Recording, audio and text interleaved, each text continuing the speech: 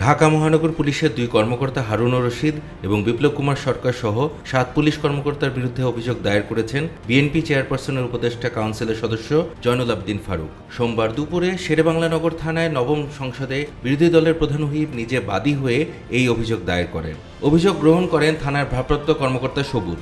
পরে সাংবাদিকদের জয়নুল আবদিন ফারুক বলেন, 2011 সালে পুলিশের হামলার ঘটনায় অভিযোগ নিয়ে এই থানায় এসেছিলাম, কিন্তু পুলিশ ভেতরে ঢুকতেই দেয়নি। পরবর্তীতে আমরা কোর্টে মামলা করলে 3 দিন পর তা বাতিল হয়ে যায়। সে সময় উল্টো পুলিশ বাদী হয়ে আমার বিরুদ্ধে একটি মামলা দেয়। সেই মামলায় আজও পর্যন্ত হাজিরা দিয়ে যাচ্ছি। আমি আশা করি ছাত্র জনতার বিপ্লবের মধ্য দিয়ে যে অন্তর্বর্তী সরকার প্রতিষ্ঠা হয়েছে, এই সময়ে আমার উপরে ঘটে যাওয়া হত্যা চেষ্টার ঘটনায় সুবিচার আমি পাবো।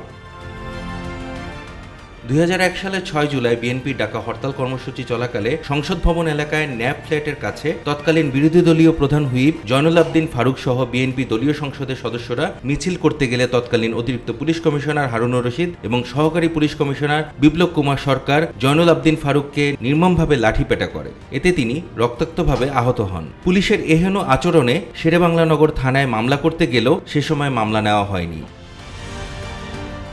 অভিযোগে বাদী বলেছেন, বিএনপি চেয়ারপারসন দেশনেত্রী বেগম খালেদা জিয়া দলের পক্ষ থেকে 2011 সালের 2 দিনের জন্য হরতাল কর্মসূচির ডাক দিয়েছিলেন। হরতাল চলাকালীন সময়ে আমরা জাতীয় সংসদ ভবনের সামনে থেকে মিছিল নিয়ে ফার্মগেটের উদ্দেশ্যে রওনা দিচ্ছিলাম। তখন পুলিশ কর্মকর্তা হারুন ও বিপ্লব সহ তার অধীনস্থ সকল কর্মকর্তা মিলে মিছিলে বাধা দেয়। কথা কাটাকাটির এক পর্যায়ে হারুন ও বিপ্লব তাদের ফোর্স নিয়ে আমার উপর হামলা করে। এ সময় আমার মাথা ফেটে যায় ও নির্যাতনের এক পর্যায়ে আমি জ্ঞান হারিয়ে ফেলি।